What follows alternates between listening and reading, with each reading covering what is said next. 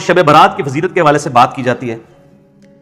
تو ایک جو فضیلت بیان کی جاتی ہے میں بعد میں حدیث بیان کرتا ہوں، اس میں ایک چیز تو جنرل ہے، بخاری مسلم میں وہ روزانہ فضیلت ہے، نہ اس میں شب قدر نہ شب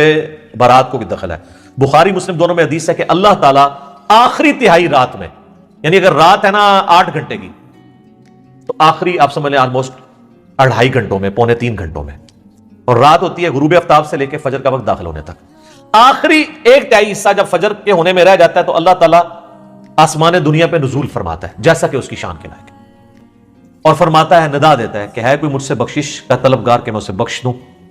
ہے کوئی مجھ سے مانگنے والا کہ میں اسے عطا کروں، اور یہ ندا آتی رہتی ہے حتیٰ کہ فجر کا وقت داخل ہو جائے۔ تو یہ تو روزانہ ہو رہا ہے، اس میں نہ رمضان کی لیلۃ القدر کو کوئی دخل ہے، نہ ان کی بنائی ہوئی شب برات کو کوئی دخل ہے، یہ تو روزانہ ہی ہے شب قدر، البتہ آخری تہائی رات میں۔ شب قدر جو رمضان والی فضیلت ہے وہ یہ ہے کہ غروب آفتاب سے لے کے فجر تک پوری رات وہ رہتی ہے فضیلت، تو وہ تو ایک رات ہے نا، باقی تو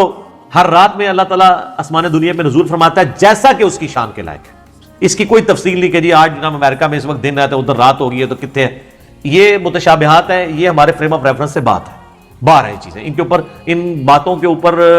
ہمیں ڈسکشن سے منع کیا گیا ہے متشابہات کے اوپر۔ سورہ ال عمران کی آیت نمبر 7 ہے کہ جن لوگوں کے دلوں میں ٹیڑھ پن ہوتا ہے وہ متشابہات کے پیچھے لگتے ہیں، ہمارے پاس ڈیٹا ہی نہیں ہے اس کا،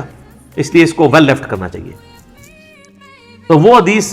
بڑی مشہور حدیث ہے، جامعہ ترمذی میں 739 انٹرنیشنل نمبر کے مطابق، سنن ابن ماجہ میں 1389 اور مشکات میں بھی موجود ہے 1299۔ اور اس حدیث کے ساتھ مزے کی بات ہے امام ترمذی نے اس کے اوپر جرح کر کے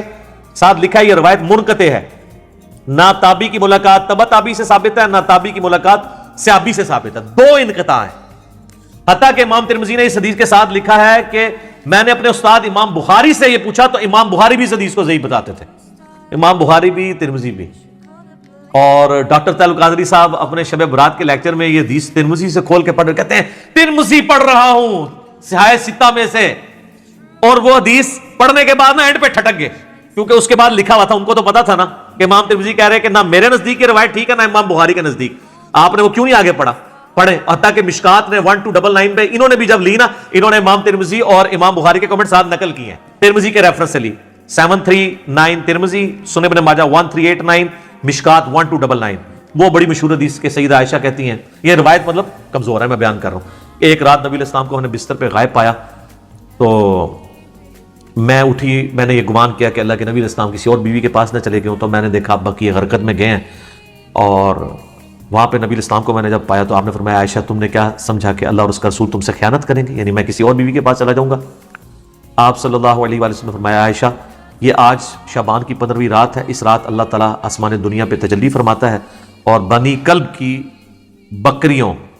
کے بالوں کے برابر لوگوں کی مغفرت کر دیتا ہے۔ تو یہ وہ حدیث ہے۔ ویسے قبرستان جانا ٹھیک ہے، مسلم شریف میں اوپر تلے 10 احادیث ہیں، اسی کو سپورٹو بالکل اسی طرح کی ایک حدیث ہے جس میں اما عائشہ نبی علیہ السلام کے پیچھے گئی ہیں، تو اس میں وہ کہتی ہیں کہ نبی علیہ السلام نے بقیع غرقد کے مردوں پہ 3 دفعہ یوں ہاتھ اٹھا کے دعا کی۔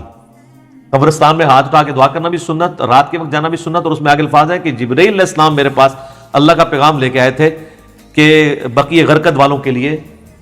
دعا کرو مغفرت کی۔ نبی علیہ السلام نے قبرستان جانا ٹھیک ہے، وہ عام دنوں میں آپ جائیں، اس دنوں میں لوگ وہ پھولوں والوں کی بھی چاندی ہوئی ہوتی ہے، کس طرح ٹریفک بلاک ہوئی ہوتی ہے اور لوگ جا رہے ہوتے ہیں، اس ایک خاص رات میں جانا کوئی ثابت نہیں ہے، ویسے آپ ضرور جائیں۔